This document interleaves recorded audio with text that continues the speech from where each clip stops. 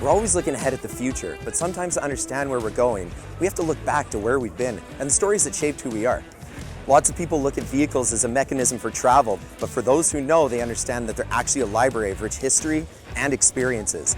That's why we're kicking off a new series called The Rearview. So Tom, I'm going to shoot you a question, and I guarantee you're going to have a great response to it. Okay. What's something that your family owned back in the day? We were a station wagon family, but I only remember one of them clearly, and it was a 1970 Chevy Chevelle. Kind of a cream color. Wagon. Yeah, wagon. Station wagon, deep red seats. I'm sure they weren't leather, but they felt like leather to us. And I think about that car, and we had a pretty big family, but I think about me being in it with my mom and dad. And my dad coached our Little League baseball teams, so we would go to our games together. But then we would also go to Detroit Tiger games down at Tiger Stadium, maybe watch the Yankees play.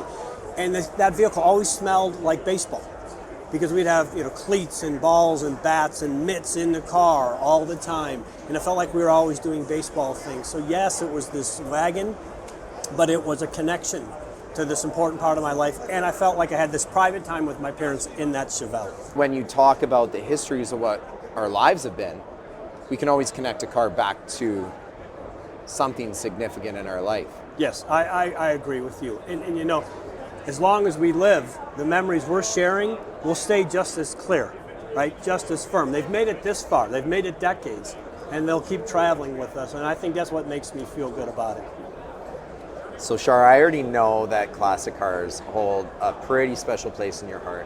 So my father left me in 1968 Olds Cutlass Supreme with 350 rockets, so that's what I grew up saying it out loud. And well, I would say my favorite story probably is so I was like maybe 8 or 9 years old. So, me and my sister, so it's a convertible, but my dad was very set in his ways, so we had no choice. We'd have to drive all the way to Saskatchewan. I'm from Winnipeg, so that's like sometimes an 8-hour drive, but we're not allowed to put the top on. Me and my sister have to sit in the back top seat. Down the whole time? Whole time. It doesn't matter. We used to bring a blanket and put the blanket over top of our heads because like certain times we couldn't breathe, and we got stuck one day in some small town in the middle of nowhere, and we ended up having to spend 4 days there because nobody could find parts for the car. So we had to wait for somebody to find the parts to deliver it to the small town.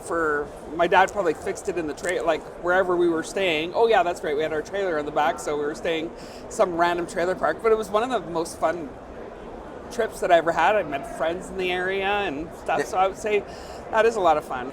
The Rearview's all about talking about our past. Now, sometimes a car is a primary character, sometimes it's secondary. But one thing's for certain, we learn so much more about somebody by asking them one simple question. Tell us about that car. We're looking forward to talking more throughout the rest of the week at SEMA.